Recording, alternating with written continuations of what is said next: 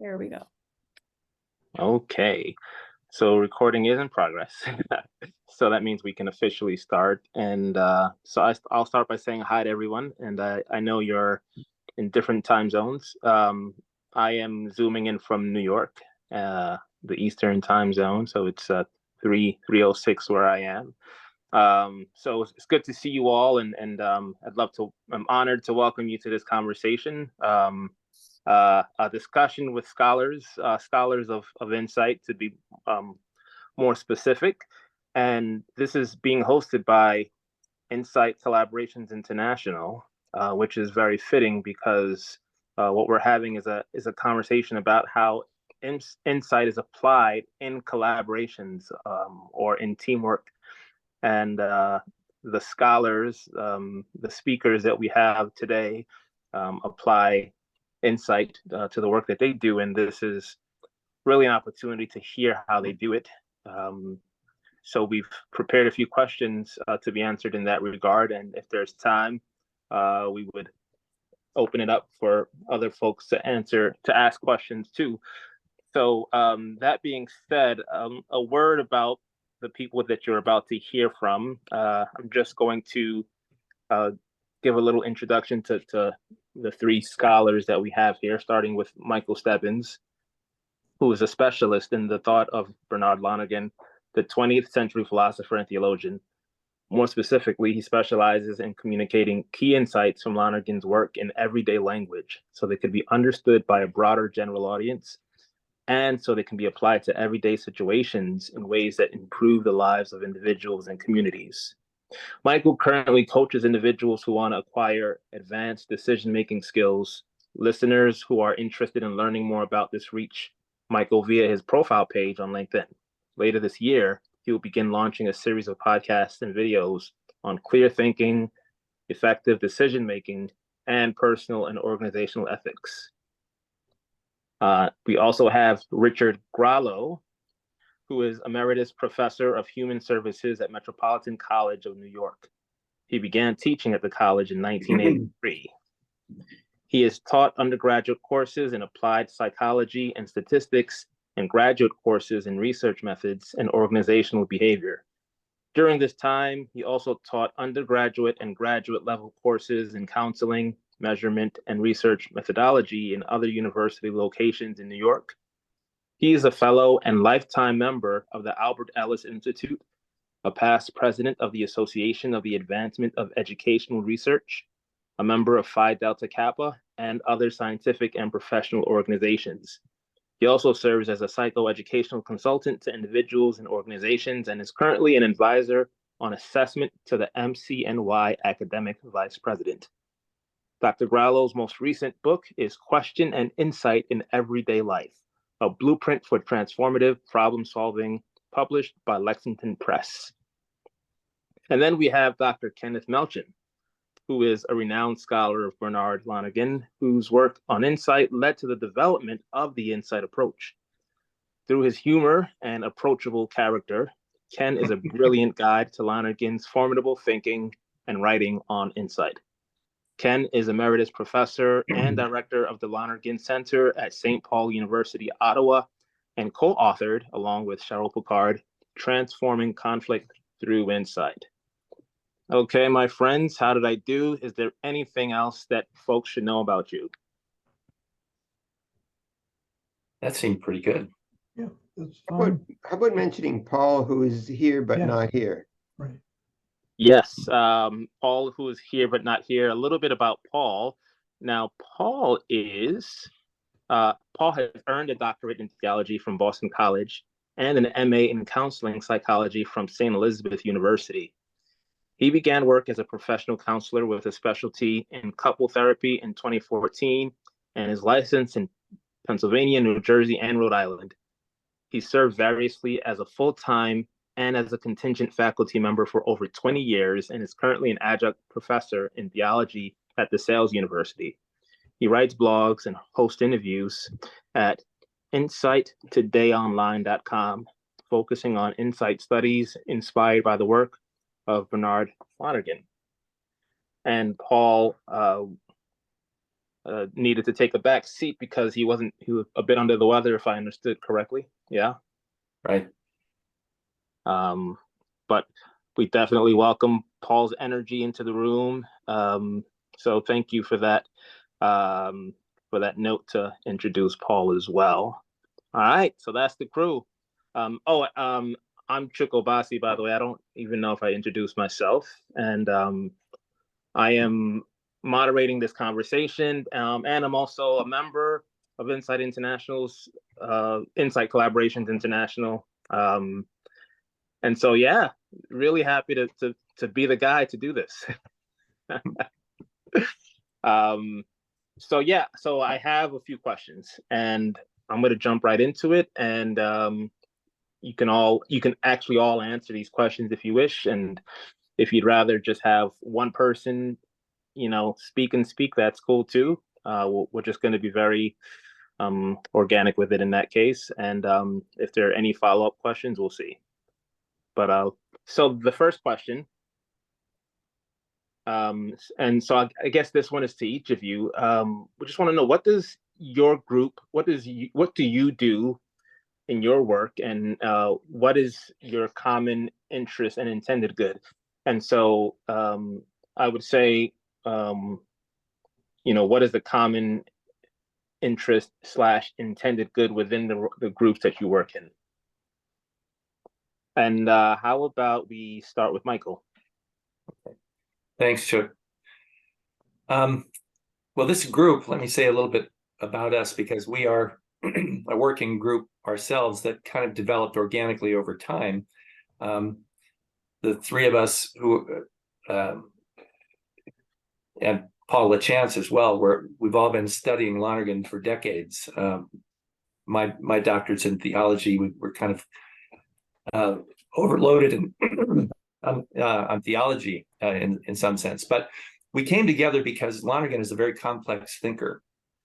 He had a lot to say about a huge number of topics that are relevant to our everyday living, and to science, and to economics, and to the social sciences, and so forth. What we found, though, was that the tendency among people who knew a lot about Lonergan was to keep going deeper into Lonergan, and deeper into Lonergan, and deeper into Lonergan, which was great because there's that much there. It's certainly possible to do that. But the four of us, have a shared interest in trying to mine Lonergan for particular insights, particular approaches that we think can be communicated to a much broader audience and made useful. The whole point of Lonergan's work, we think, is to help the world be a better place, to help people become the persons they're meant to be, to realize their full capacities, so that they can live more effectively, more happily, more fruitfully. So we've been talking together for a long time. First, it was Ken and me talking, and that became kind of a habit. And then we got to know Richard, and we brought him in on our three-way conversations. It's great now that, smartphones let you talk to conference people in. And then Paul, too, became a member of this. And we all have that view of wanting to produce things and talk in ways that will reach people, that people say, oh, that's different, and that's really helpful. So I've come at that through a variety of experiences in my own life of being, I was a Jesuit seminarian, and I was a registered nurse. I have a doctorate in theology and a lot of background in philosophy. I worked as an executive vice president in a Catholic healthcare system in the Midwest. I worked at a think tank where the people I was dealing with were from business and government and nonprofits. For a long time, in different venues, I've been doing this kind of work. So the interesting thing about our team using Insight, the Insight method, so to speak, if we're using that as just a quick way of saying what Lonergan discovered, we're trying to get that out there, but we also use it because it sort of becomes second nature to us to think in the terms that Lonergan presents for our self-understanding. Excuse me.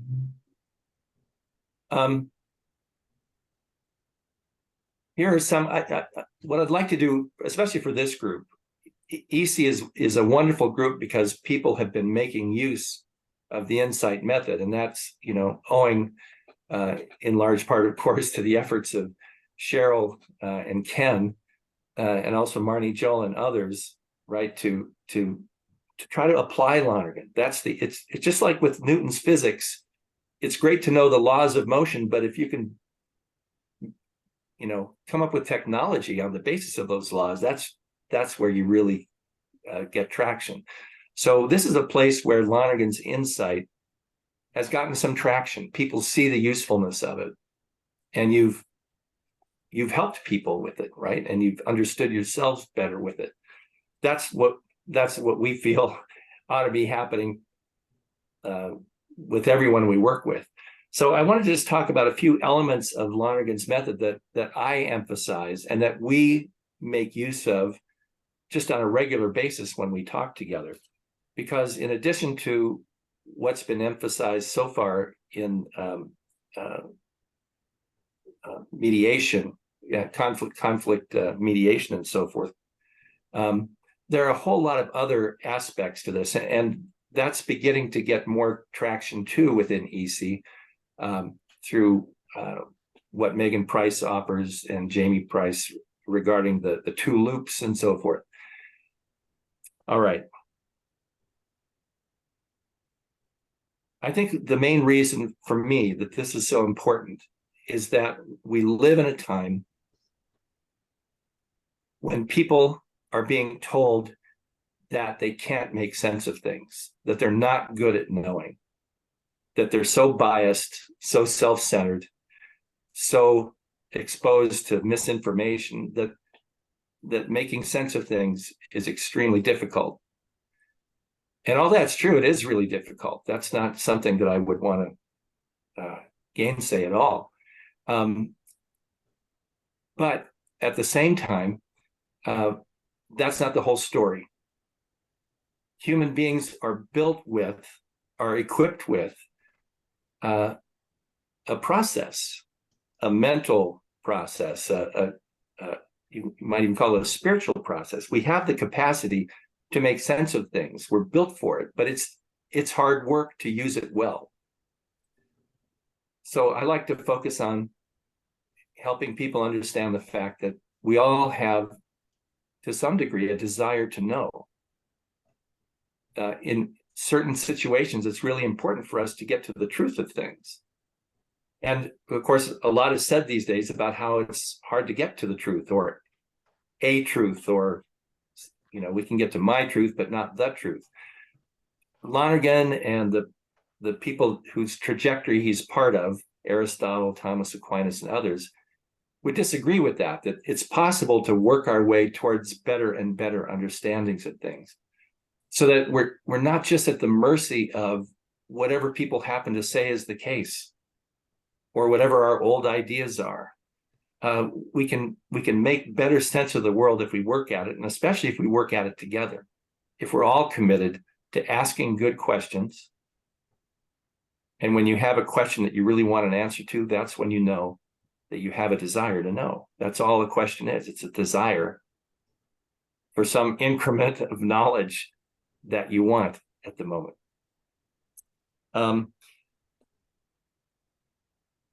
It's not about being overconfident, though. It's about getting to understand how you have been successful at knowing something or at making a good decision in the past, and then trying to grasp the fact that there is a pattern involved in that, a kind of pathway of questions and answers, which, if you're faithful to that pathway, if you stay on it, or when you find yourself off of it, you get back on it, then over time, you're going to tend to get a more accurate, a more helpful understanding of things, and you're going to make better decisions.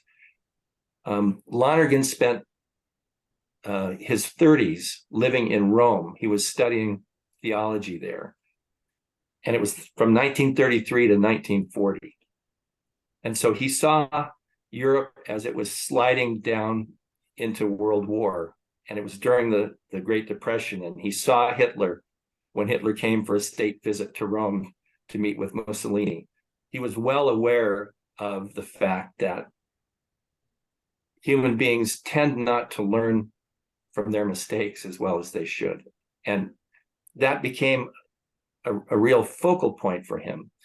So he wrote a lot about how important it is for us to take charge of our own way of making sense of things so that we don't screw things up so badly, so that we have a better chance of actually figuring out what's going on and coming up with a plan that will really work to meet whatever problems we discover or to take advantage of opportunities.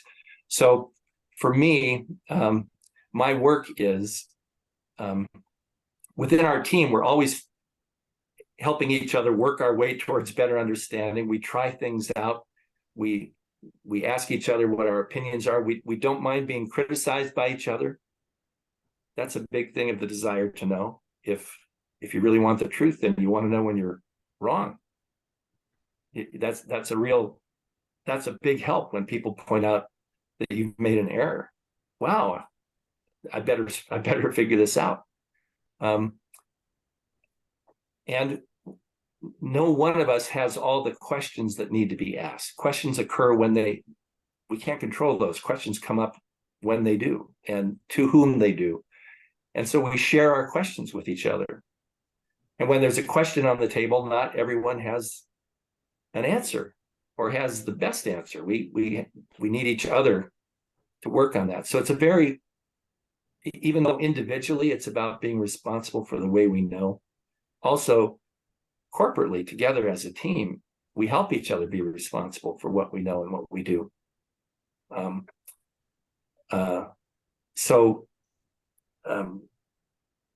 The last thing I want to add before I step off the platform here is to say that feelings are very important in all of this, right?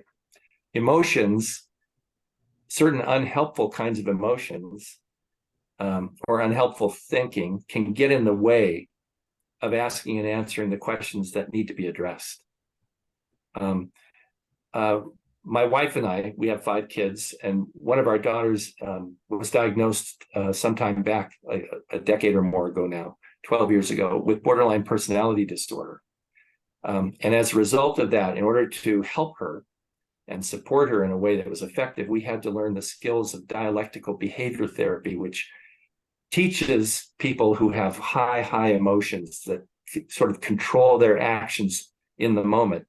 It teaches them skills that they can apply in the moment to name their feeling and to be able to do something to regulate it so that they can get back into a frame of mind that allows them to make choices that will lead to the kind of life they want to have. So I also use those skills, which are good for anybody, it turns out, not just for people who have personality disorders. When people find that feelings are preventing them from wanting to ask a certain kind of question because they're concerned about what it will mean if they get a certain kind of answer back, or where they're frozen or where they skipped over a question, that sometimes dealing with the feeling side of that can be very helpful. So I think I'll just stop there and give someone else a time to speak a little bit. Thanks, Mike. How about we pass it to you, Ken? Sure. I'll see if I can do this quickly because I can see we already have questions. But anyway, I think what we'll do is we'll see if we can take the questions a bit later, and then okay. So one of the things that Mike mentioned is that what we do in our group is talk about the work we do, and that because all of us have a background that we share, the various contributions that we get from each other help us in the work that we do. And the thing that I sort of wondered before I was coming to this group, is there a single message that I want to leave you with, that if you don't understand anything else that I say, that there would be one thing that you would go home with.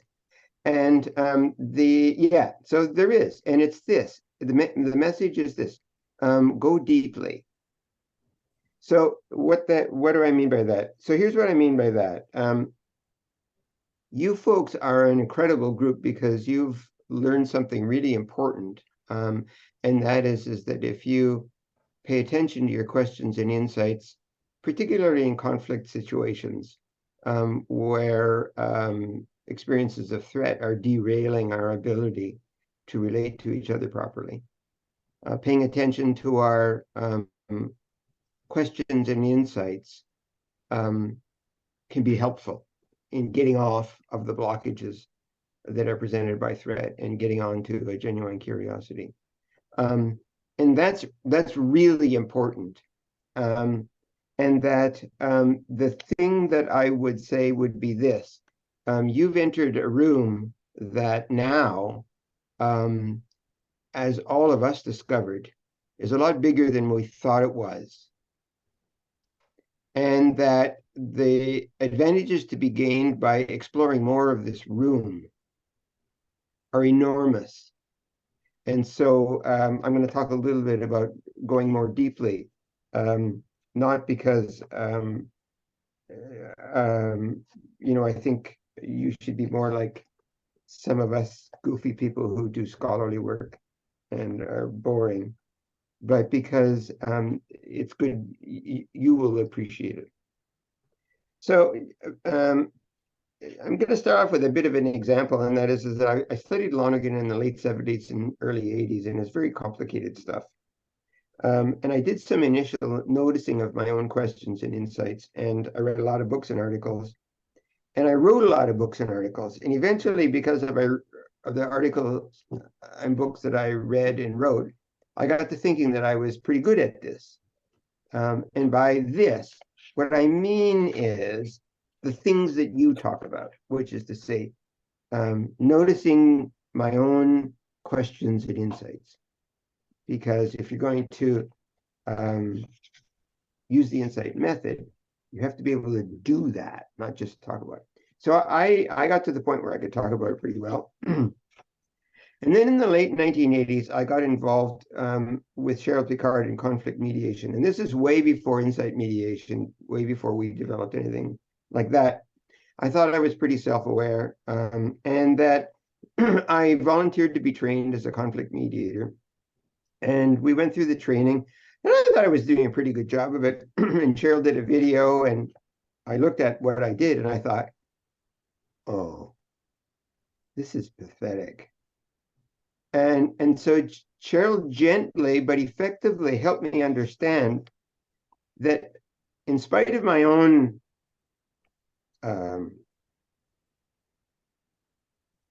thinking about myself, my interventions as a mediator to help people get insights and to help people ask questions, they were not only not very good, they were positively awful.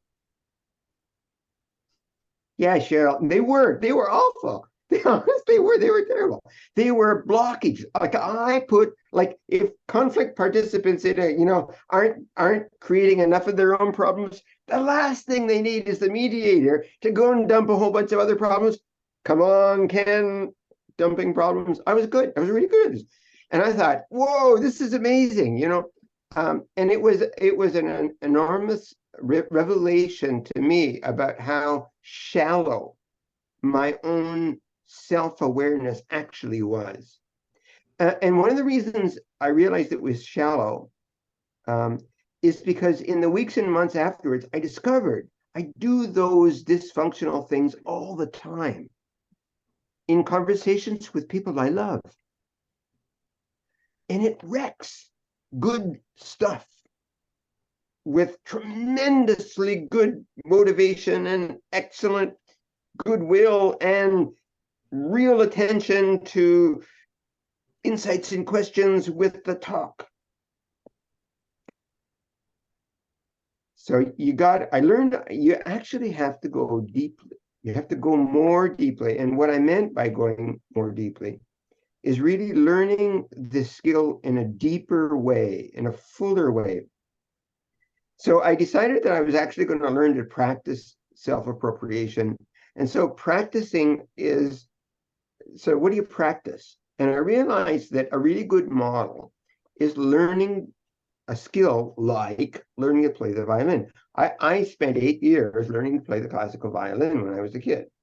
And I learned to play the piano and everything like that. And it's really drudgerous. It's really, and you got to practice every single day, and you got to work at it every day.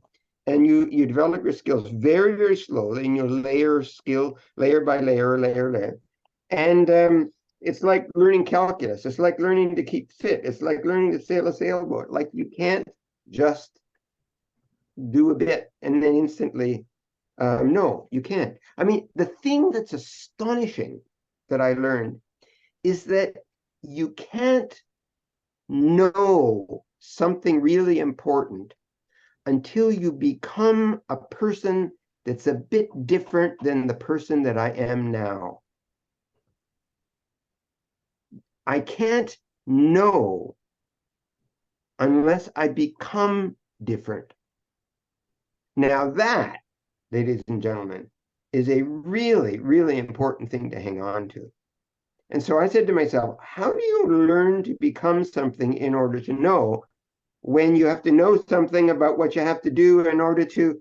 So the trick is follow the leader. Find a good mentor, follow a mentor, practice. Same thing you do learning to play the violin. Just recently, I read the manuscript of a colleague of mine of a book. And I realized that what this colleague was able to do in writing this book was similar to something that I just watched recently on YouTube. And it was a video of a professional concert violinist playing a Beethoven violin sonata. This is awesome. And I thought, this book is that. And when I realized that, because I know a little bit about the road that that concert violinist had to take, and it's gruesome. And it's practice. But my colleague had done that. But my colleague had done that with self-appropriation, with self-learning. And he had learned to do things that resulted in an ability to do a kind of a virtuoso performance in this field. So why would you do that? One of the good examples of why you would do that is correcting bad habits in relating to people. And the place where we always relate to people is in conversations. For example, one of the big things that we're taught is listening. And one of the big things that we're taught is paying attention in listening in conversations. So we got that, one of the things that I learned in this self-appropriation, you know what I learned? I learned that I listen to people all the time in conversations, but I often do it all wrong. I'm open to insight and I'm listening, but what am I listening for? And here I hit on this. I did hit on this. I discovered this at one point, and that is what I'm listening for is something that they're saying that twigs something in me. And I go, ah. And you know what I discovered? Half the time, that's bullshit.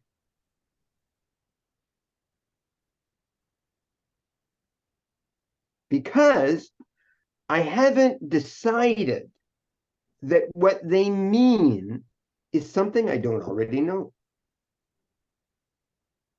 If they're going to twig something in me, it's because it's something that I already know. If I don't already know it, then a different kind of event has to be something that I'm looking for. You see? And you know what? Learning to observe that habit in me was very, very difficult to cultivate. And I don't actually do it very well a lot of the time. I do it sometimes, and a lot of times I don't do it, and sometimes I just don't have the energy to do it. But listening with a view towards understanding something that I don't already know. So there you go.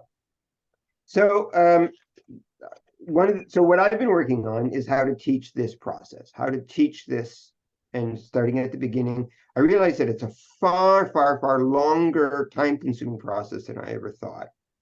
I realized that you have to develop very specific methods. I also realized that if you're teaching it to people from the sciences, you do it differently than if you're teaching it to people who are coming from the human and social sciences.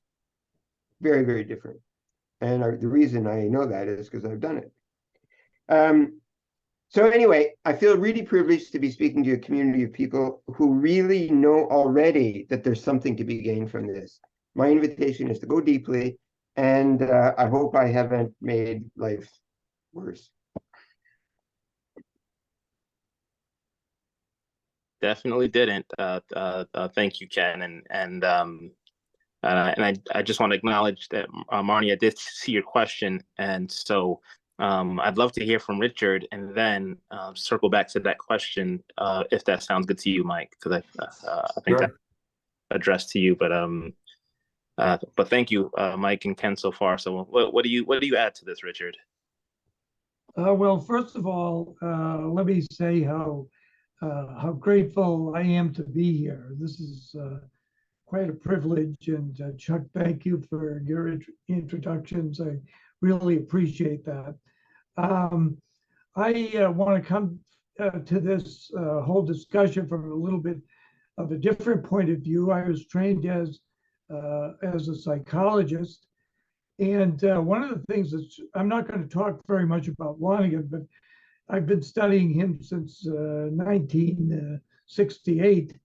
One of the things that struck me about him early on was that some of the people who were reading him would say, I would read Lonergan to find out what this group of thinkers meant. But what I found was I learned how I think. And so in effect, what happened when people actually broke through and found out what he was about, it was about self-knowledge. And he was helping us to, first of all, he was inviting us to have greater self-knowledge. And then he's inviting us to use that self-knowledge to take greater ownership of ourselves. He calls that self-appropriation. Psychologists might call it self-regulation. But whatever it is, it's greater freedom. You have the freedom to use resources that are within you, that are free. They're almost free. The price of admission is you have to spend time with them, you have to pay attention, and you have to have the desire to know. That's the price of admission. But if you're willing to pay that price, you will not only gain greater self-knowledge, but you will develop as a person, and it becomes a mindful practice. Everything you do becomes a mindful practice. So if you were to ask, what does our group of four do? Well, first of all, we practice this. It's a mindful practice for us. And so whatever we're working on, we bring it to the others. It's a problem-solving group. We all have the desire to know. We want their honest feedback. We go back, we use that feedback, and then we try to bring it forward again, and we work on trying to perfect what it is that we're doing. What is it that we're trying to do? Each of us, in our own ways, is trying to help other people to gain greater self-knowledge and greater self-ownership and the freedom that comes with it, self-appropriation. That's the mission of our group. And we try to practice it, and we want to get it out there. We do it in different ways. Mike does it through his consulting. Ken is now working on a book where he has wonderful exercises where he helps people practice this, make this a mindful practice. Paul LaChance, in some of his work, very difficult work in couples counseling. Talk about what's the data of that field? The data are often broken down conversations. conversations that are going nowhere, that are going past each other. And what he does is try to go in and to be a mediator and a resource where people can rebuild and actually come to understand not only themselves, but their partner, and to understand their unit better. And I try to do this in my consulting and in my teaching. And so everything I do has to do with question and insight. And I use it all over the place in teaching. I think you can use it if you're teaching a course in statistics. You can use it if you're teaching a course in organizational behavior. I believe you can use this method and this approach and this knowledge in the theater. I believe that you can use it in conflict resolution. It cuts across all disciplines. Why? Because insight cuts across all disciplines. Because questions know no boundaries. They cut across disciplines. So for me, this is very exciting work. None of us in our little group of four, we don't get tired of this. You'll never be bored by getting to know yourself better and how you as a thinker operate. There's no upper limit. There's no upper limit. The horizon is wide open, even though other people may tend to limit us in a variety of ways. We live in a culture where that's very common. So one of the things we also want to alert people to are some of the pitfalls that interfere with this process of acquiring greater self-knowledge, that interfere with this mindful practice. So that's what I would say. That's what we do. Wow, y'all do a lot. I mean, I was taking account of everything I was hearing and trying to be a complete listener so that I don't fall into the trap that Ken has fallen into based on what he was describing. And so I probably fell into it anyway, but it sounds to me like you're a group that comes together in short to make sense of things, but also to expand your horizons as far as insight goes. And so there are a lot of nuggets that I track, but I don't want to spend too much time on my own thoughts because I know there's so many other thoughts here. So I'm going to go to Marnie's question before I jump to our next one. And so I'm going to read what you wrote, Marnie, and feel free to adjust it if you'd like. But you wrote to Mike, when you say take charge of our own way of making sense of things, how does that relate to relativism? How does it relate to your truth is your truth and it's different than my truth? So both truths are true and there is no grounds for discerning. Hi, Chuck, and hi, everyone. I'll add also my second question because it's kind of related.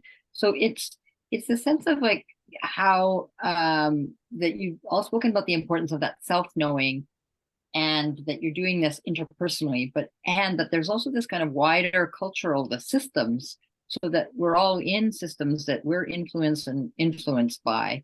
And so I'm also wondering, because it's kind of related to cultural relativism that Mike started off with framing us around, how do we know? And that there is a way of knowing more deeply, but the sense of like, okay, it's okay in your culture for women not to inherit property. It's not okay in my culture, but because it's your culture, that's okay.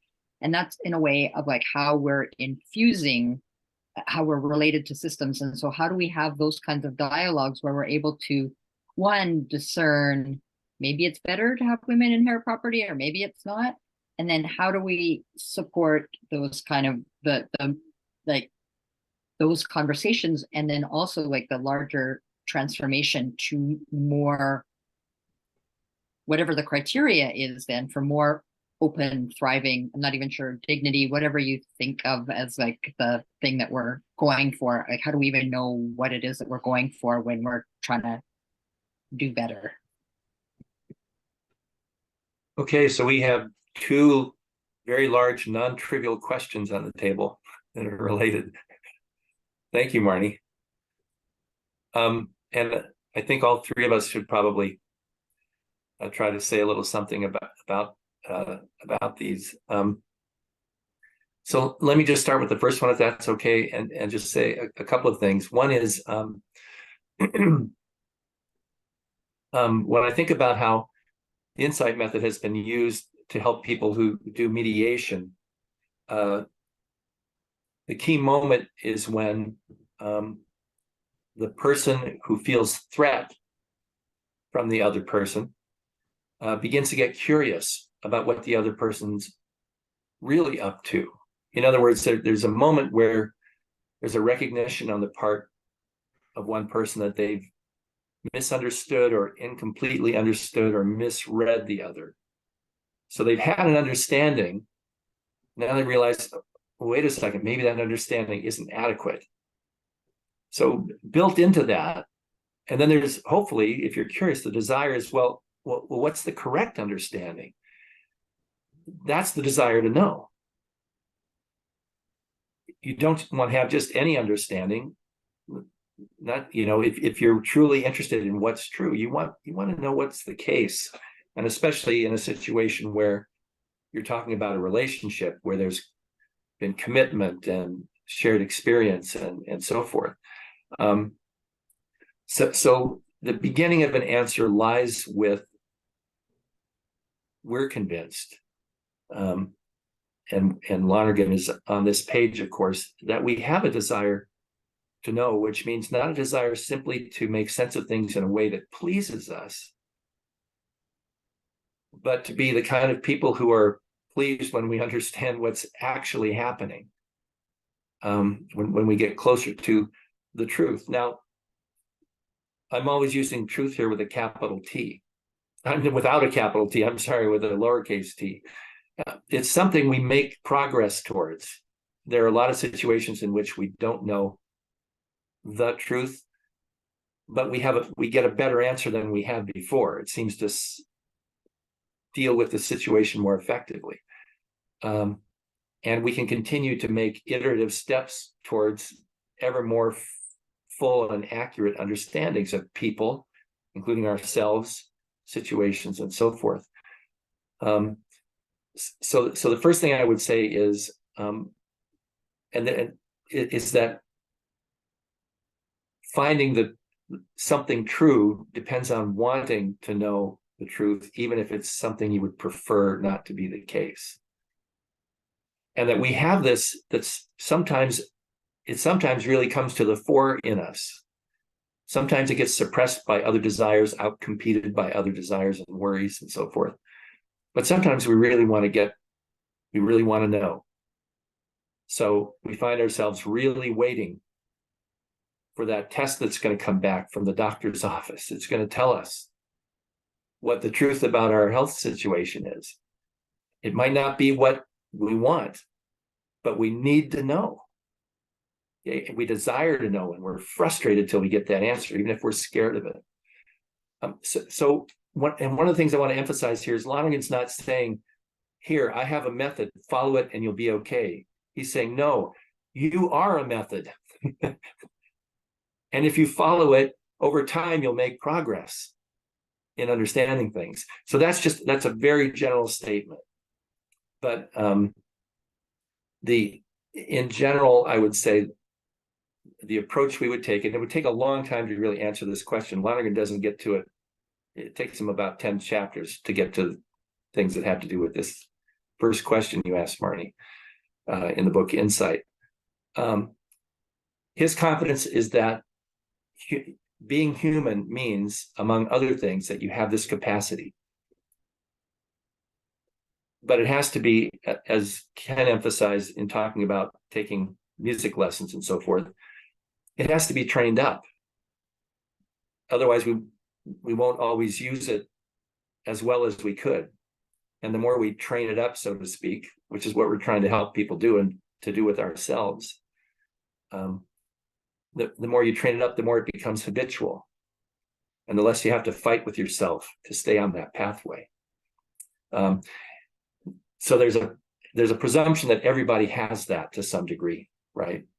And that's what we're banking on when we hope to come together towards a shared view of what's going on or what ought to be done.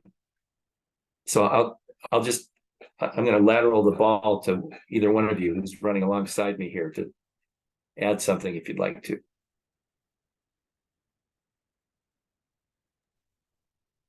If it's okay, I'll just make a stab at this. Thank you for your question, Marnie. I'm going to take a slightly different approach. As my colleagues on this group know, I'm deeply suspicious of abstractions. And I take this from the point of view of general semantics, Alfred Korzybski and others, S.I. Hayakawa. And so one of the things I would do in examining the question or even examining a discussion about relativity and all of this stuff and relativism is I would circle the abstractions for potential elimination. And then secondly, I would look to see who are the players in this conversation. And is there a potential conflict here? This is where the conflict resolution stuff is really, really important, because is there a real or imagined conflict here? And let's get real concrete. Because then by doing that, we can ask a new set of questions, not about some abstractions somewhere, but about this interaction here. And that's why Paul's work on couples counseling is so important.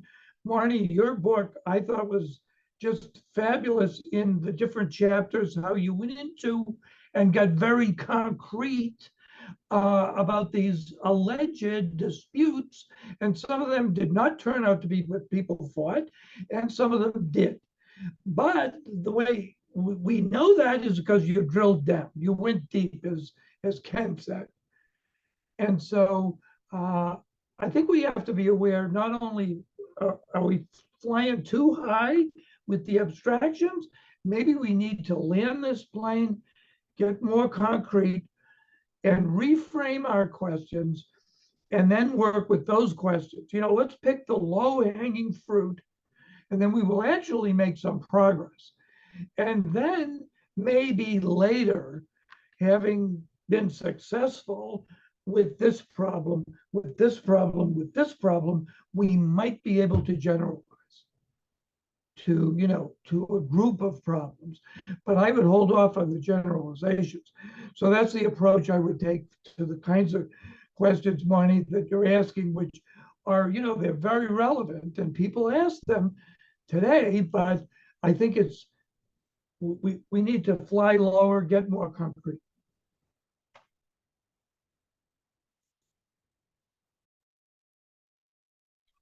Well, thank you for that. So I'll pose the next question, and some of what you've been saying, I think that really is in my mind when I ask this next question, because you talk about bringing things down and to a lower altitude and such. The four of you, the three of you here, as well as Paul, you all are insight practitioners, Lonerganians as well, it seems. And so you're working in a group where you all know this stuff, but you're not always in that circumstance. And so the question is, what's the difference? How does a group where each person knows insight feel differently than a group that doesn't? Do you want to start, Mike, or do you want me to? Why don't you jump in, Ken? Sure. Sure. For me, it goes something like this. The basis of the insight work, as we've been saying, is self-knowledge, but it's not self-knowledge about some other thing that's going on. It's self-knowledge about something that's actually going on in the group already. I think one of the most important ideas, one of the most powerful ideas that comes out of Lonergan is the idea of the performative self-contradiction. In other words, if I were to say, there is no truth, I would be making a truth claim performatively that is contradicted by the content of what I'm saying. And that the more you learn the skills of self-appropriation, the more you actually learn the zillions and zillions of ways, in subtle ways in which performatively we're saying one thing, but in the content of our meanings, we're saying something different. And so we're not in conflict with, I'm not in conflict with you, Chuck.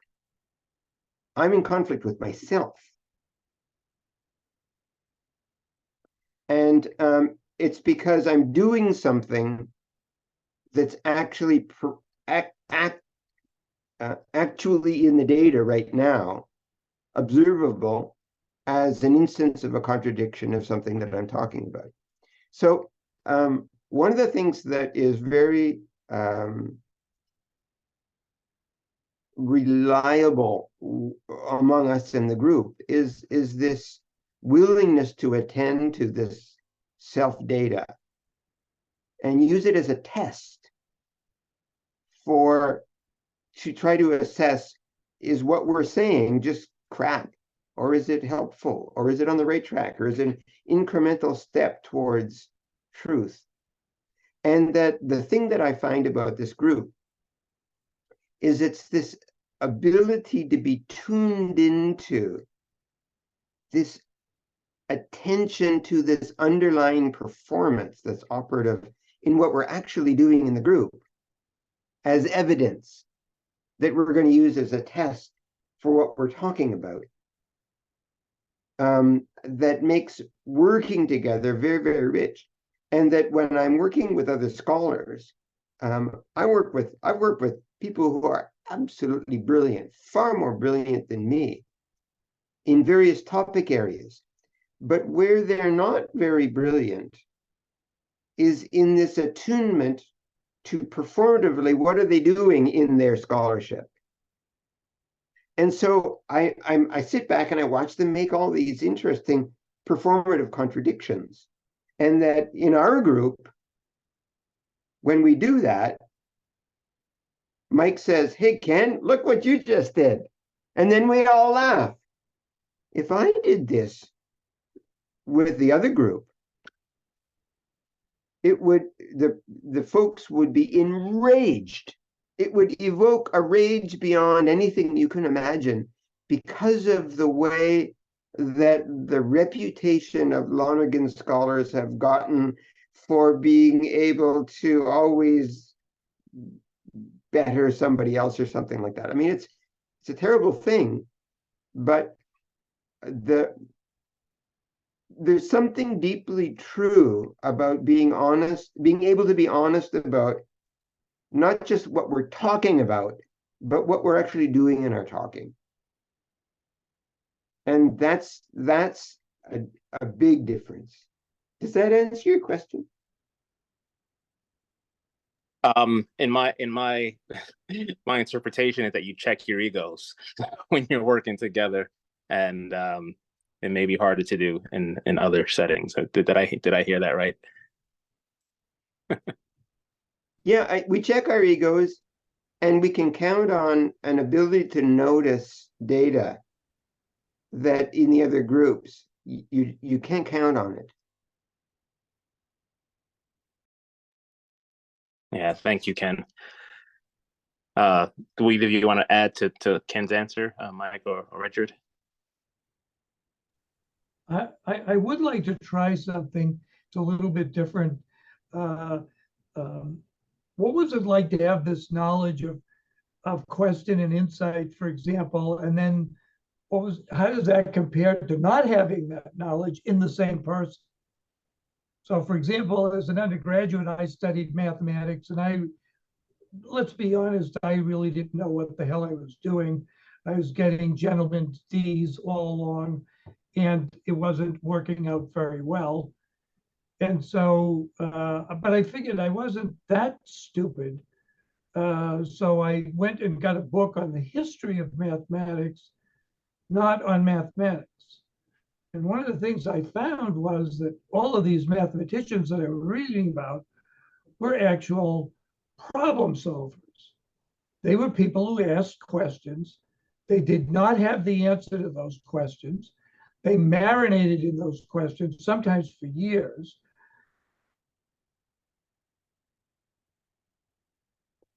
It was question and insight. Then I realized, wait a minute, I can also be part of this group because I have questions about what they were doing. And I have questions about the answers that they came up with. And then all of a sudden, that whole field just opened up because I knew, but what made it open up was because I learned something about myself, that I too am a questioner. I too am a carrier of insights. I too can learn more. So all of a sudden it became very exciting. And these people from the past became like colleagues in a way.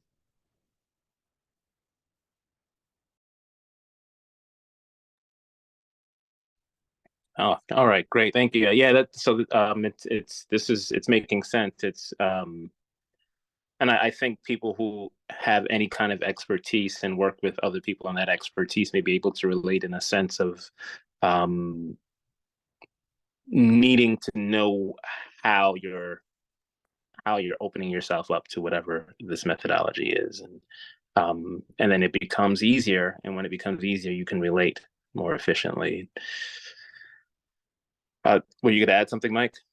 Just a quick thing. One of the things Lonergan really emphasized, and this goes back to the abstraction versus concreteness issue that Richard raised, that understanding always is into the concrete first. You have to, insight happens with respect to concrete data. And I think, and the initial understanding you have, however good it is, can also often expand and grow. So we're slow to label things, refer to anything with kind of easy labels that make you think I already understand that. Sometimes even people who are Lonergan students throw around Lonergan terminology, and it's the extent that they use it isn't always evidence that they really understand it. So we emphasize, I think the thing about insight is the point is to emphasize the understanding, the getting it, and the being able to talk in greater and greater detail about the actual things that are going on in you or around you. And I think that's something we're always encouraging each other to understand more fully, not to be satisfied with an initial or superficial understanding of things. But I think that's true of a group that buys into this. Yeah, and it's very easy to settle for a misinterpretation or settle for what you think you understand. So I love that. I love that. Thank you.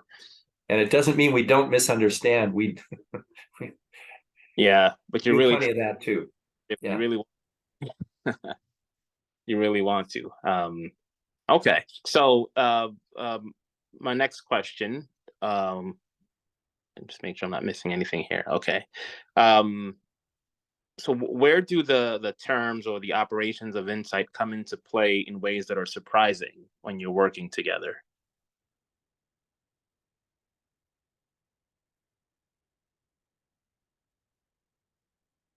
Well, let me take a stab at that. I mean, insight itself is always surprising.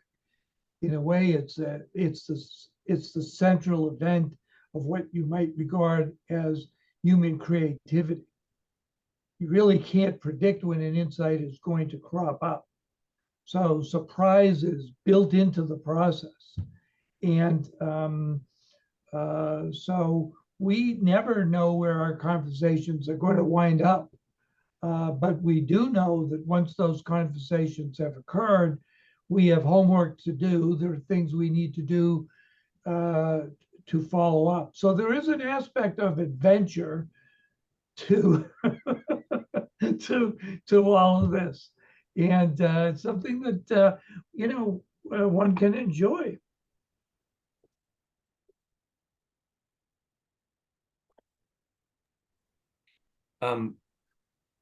Also, questions are surprises. Mm-hmm. I mean, there's standard questions that you can ask about things, but a question, this is one of the things that Aristotle knew and Thomas Aquinas knew and Lonergan knew. You can't make yourself have a real question. That's what we say. A question occurred to me. Just like we say, a thought occurred to me, where it's an insight. You can't make a good question come up for yourself. So sometimes the big thing is somebody asks a really good question. And that gets you thinking, oh, yeah, that would be worth knowing the answer to. And then you start down the path. And the thing I want to emphasize as we're talking about all these things, we're not doing something that everybody who's listening in or watching hasn't already done themselves many, many, many, many times. We've just been fortunate to have been exposed to a thinker who tried to put all those pieces together and say, hey, there's a pattern here. And it's a dynamic pattern. And once it takes off, if you cooperate with it, you get somewhere. But it's made of all the kinds of things we ordinarily do when we're trying to make sense of things and doing a pretty good job of it. We're trying to figure out what to do about things and doing a pretty good job of that. And so this is a bit of a curveball question. Do you think the way you approach it now perhaps may be different from the way you approach it, let's say 5 years from now? Ken, you were saying earlier that, some of what your practices long ago, things you wouldn't do today, right? And so, gives me the sense that, this approach evolves. So what do y'all say to that? And is that surprising? Yeah, it's surprising when it happens. And when you understand the pattern of being surprised, the pattern, the occasion of the surprises confirms the pattern, the pattern of being surprised.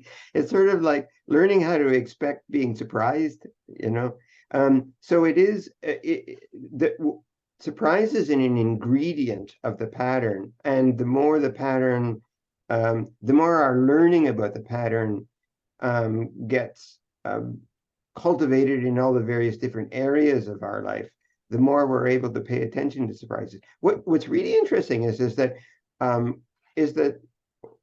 I learned, one of the surprising discoveries that I learned was that part of my early learning, for some reason or another, was that if something was a surprise to me, it shouldn't be, because I should have already known it, and I shouldn't be, or I should be embarrassed about being surprised, or don't ever be in a situation where you're surprised because you're vulnerable, or that you're stupid, or people are going to know you're stupid because you didn't already know. Do you know what I mean? Like, there is this way of thinking about a surprise that you're made to feel stupid.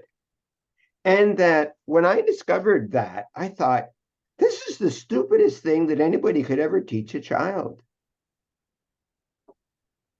Because the very architecture of their learning involves getting surprises that they should feel good about. And you're telling me that I'm stupid if I get a surprise. This is awful. This is a disaster, So, I think one of the big surprises that I got was that I learned to feel stupid about surprises. Hmm. John, you've got a question there you've had, and I don't want to throw a monkey wrench into your plan, Chuck, but I'm just... Yeah. John, you can ask it now. Sorry. Thank you. I just want to say, just great to be a part of this conversation and hearing the three of you and the four of you as a group, the way you engage it.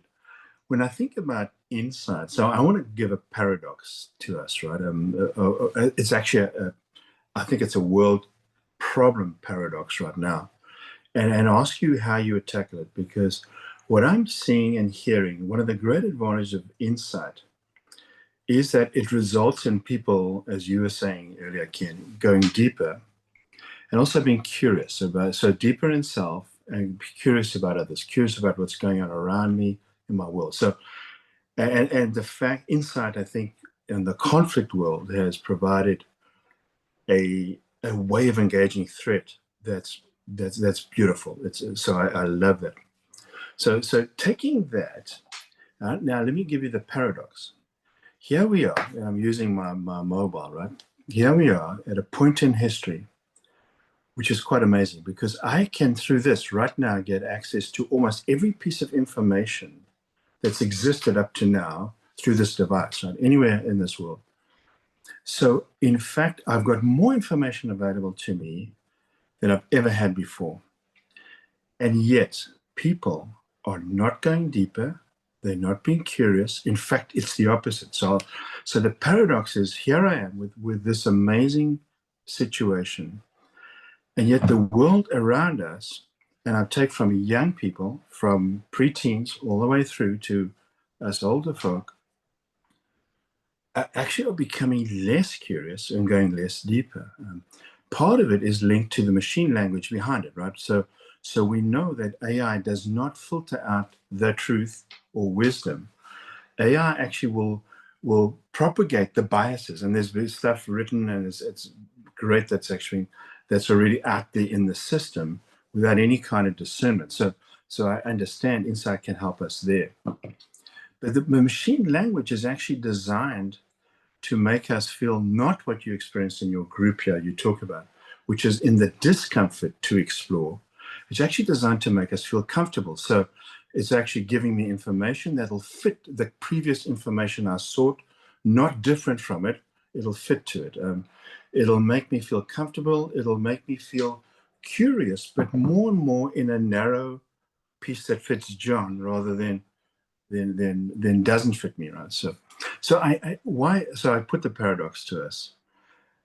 In thinking about that, and I'm thinking about the way you've engaged each other and opening it to everyone, but how could we approach, or what could insight give us in a way of thinking about the paradox, which I think is one of the biggest crises that we have faced in humanity in terms of this dilemma. So I don't know if that's clear enough, but that's my question.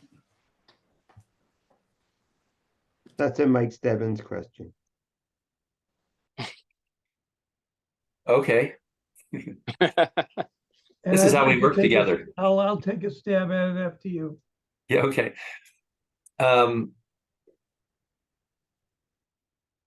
It's also an age-old problem, right? And it's Plato's allegory of the cave, where people are comfortable, they don't really know anything else, they're making sense of the data that are presented to them, and even though they're chained in place, they don't seem to have any desire to escape.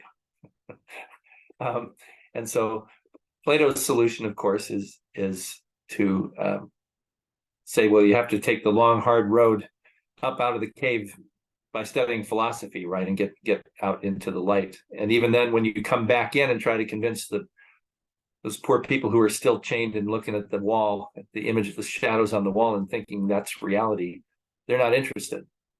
They don't want it. But as you say, now we have this on a scale. We have things positively encouraging us to go towards that. I mean, like you, I see it as a big threat, a crisis that we don't often talk about in terms of its actual scope, I think. And so I think you're right to draw attention to it. And this is why we're trying to find ways of awakening the desire to know in people, awakening the desire for self-discovery, and hoping that people experience freedom that they hadn't experienced before in the refreshing activity of having insights and trying to figure out which ones are correct and which are more correct, or coming to terms with the beauty and intelligibility and value of other people and the world around them, and finding a higher kind of happiness. This is, Ken talked about, to know anything, you have to become more than what you are. And Lonergan talks a lot about self-transcendence, where all he really means is to have an experience is one thing, but to have some understanding of it adds something to your experience, and to figure out that, well, actually, this is something true, this is something correct, that's even farther, and then to say, and it's good, and I need to do something to preserve it or to extend it. You're getting beyond who you were via asking and answering questions, responding to that drive. So the drive to know, the desire to know, is also a desire for value. Not just what makes me happy in the moment, but for actual value. But it's only in discovering that for themselves that people can really make the turn. For a lot of people, it happens spiritually, I think.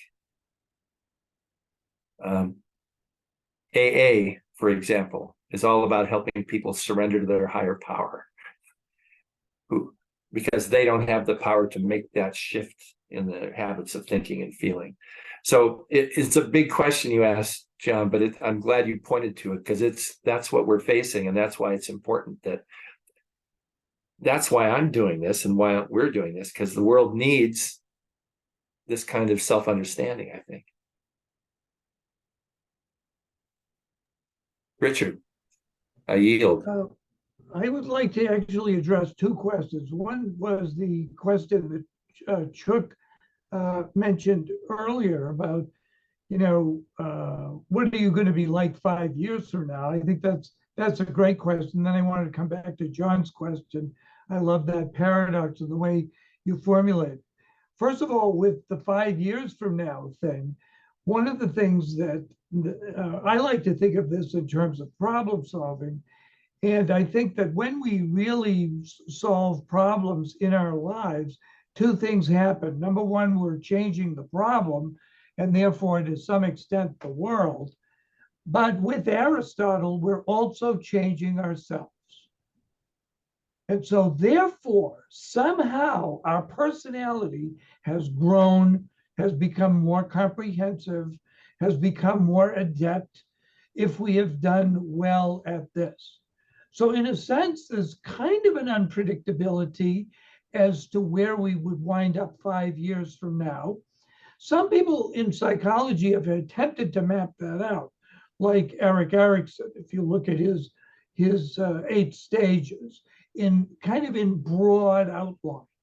And so one could look to that. And he talks about people doing it well and also people doing it poorly, which we also see that. So that would address your question about the thing about, where are we going to wind up? Hopefully, with the grace of God, we'll wind up in a better place than in another place that we might have put ourselves in. So that's addressing that. And then there's John's paradox, which I think is a beautiful thing. But I want to take a walk with me just briefly back 30 years where there was no machine like this, okay? And if someone was working on their master's degree or a doctorate or something, and they're sitting next to the library, in a sense, you could say, look at all that knowledge in the library, but that's doing the student zero good. The only thing that's going to do the student any good is what's here, what is in that person's consciousness, what they have appropriated and own. And then they can write about it, and their dissertation is going to be an expression of that. And then it'll wind up in the library where probably no one will read it, but so in a way, there's that paradox. There's stuff that's known, but known by whom? And so when we get to be more concrete, when we're dealing with this problem, what is it we need for this problem? And then all of a sudden, all of the knowledge of the world is in the background. It's not entirely relevant. We need a small subset of that to be able to identify it, bring it in, and be able to use it. And if we do that, we're called creative. And if we don't do it, we're called missing the point.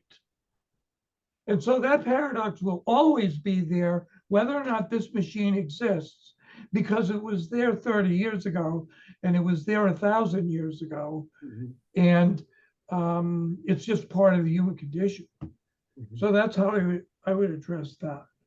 Mm-hmm. Richard, if I might just thank you for that, and thank you for each of the responses. But there is a difference between 30 years ago and 1,000 years ago and now, and that is we don't realize that this is actually shaping our thinking. So it's not in the library. It's actually right here and mm-hmm. shaping the way I'm processing my thinking in the here and now. And part of that is almost at an unconscious level. So I think I'm grabbing what you're saying, and I acknowledge that. But there is a fundamental shift that I think most of us are not even realizing. Most of the world is not even realizing is happening. And so, and I do think, and I'm not expecting us to answer it right now, but I do think that insight is highly valuable in providing, if it's just one piece or one or two pieces in trying to help. Because I'm thinking, how do we help a parent right now whose 13-year-old child can be groomed through this, because there's no wisdom in it, right? By asking questions about relationship, can be actually groomed to enter into a grooming relationship to be exploited through this without even realizing it in that moment. So there's a whole nother layer here where the problem is not there. It's actually right here, and it's actually impacting my thinking right now. So, I mean, I've been trying to change my news feed. It's almost impossible to change your damn news feed on these things. So it really is. It's quite a problem, and I'm even trying to get our heads around it. But I do think insight's got a beautiful piece to add to it. Mm-hmm. Can I just if I could just address that briefly. First of all, I agree with you that there is that influence, and it's the influence of Plato's screens in a way. One of the things that made those screens so powerful, even in Plato's day, was you really didn't realize it was a screen. You didn't realize you were looking at shadows, and that's all to the there are people who are benefiting from this. So I agree with what you're saying on that. And I think there are strategies that we can learn to expand our consciousness even beyond that. Even the fact that you are asking the question means that your consciousness has gone beyond it and is encompassing it, and therefore is now in a position to be able to limit it. So I certainly applaud you for that, and I think this is a great insight, and it's something that has to be taken into account. Can I add something to that also, Chuck? I don't want to. Yeah. So here's what I want to add, John, because I think what your question is so important. So what legitimates this, and the reasons why this has been able to be kind of developed and proliferated and put into everybody's hands is because of a basic belief that we all have. And the basic belief that we all have is that something really important happened with science. It marked the difference between the old ways, which are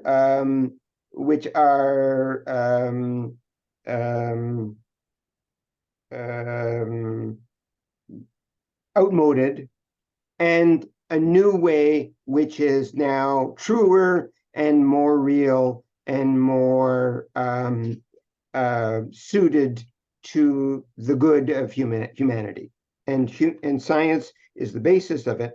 And that the more that we do things based on science, the more that we will keep ourselves from falling back into this old way that was superstitious and it was destructive. The important thing that insight offers is that when science emerged, two things happened. The knowledge that was achieved in the natural sciences was, in fact, progress. The philosophy that explained the way of knowing that was going on in science was actually major decline. It was false, not only minorly false, it was destructively false. And that it's that way of thinking about what the knowledge of science is that has come to fruition with this. Because we think that knowledge is out there information to be harvested by each individual person by this. And that is not only merely wrong, it is criminally wrong. And that the knowledge, the way of thinking about knowledge that it replaced was not superstition, it was a superior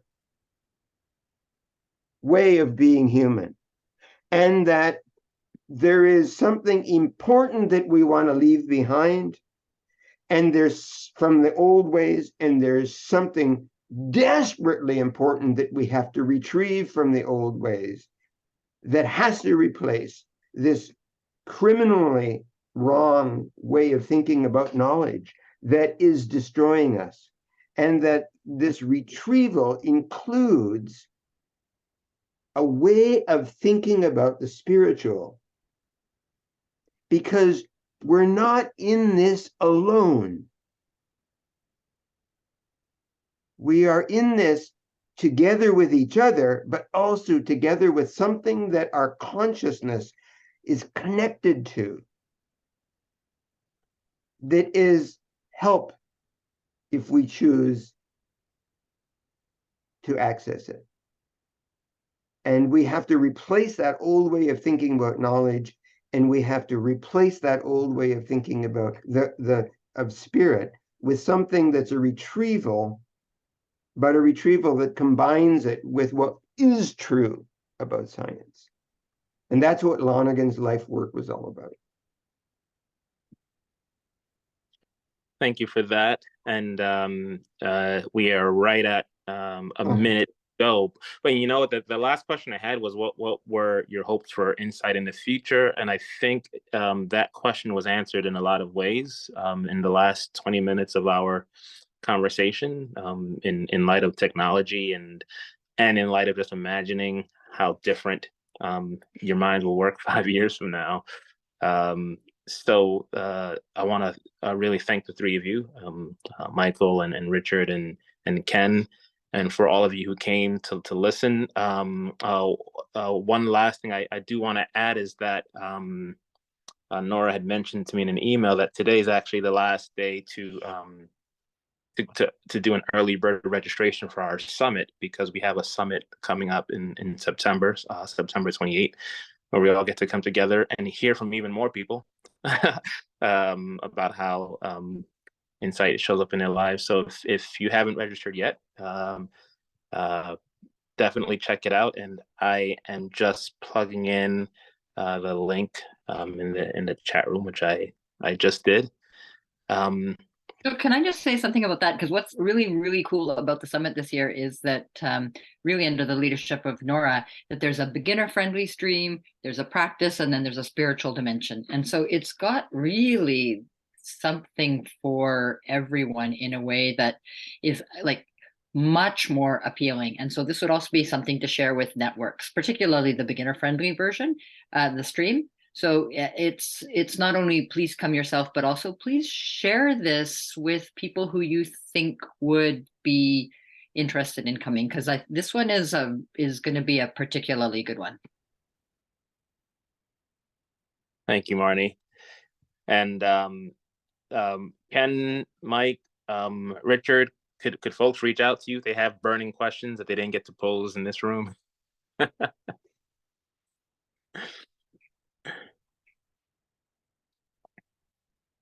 Take that as a yes.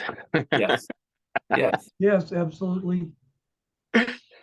Oh, beautiful. Well, I do hope to see some of you soon, whether it's the summit or some other setting. It's always a pleasure. Thank you so much. Enjoy the rest of your day. Stay safe and stay insightful.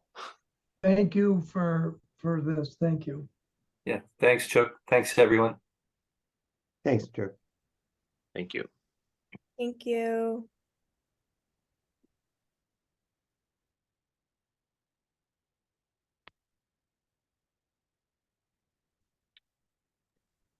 Okay, I'm going to end the call now so it ends the recording, but great to see you guys. Great to see you. Thank you, Nora.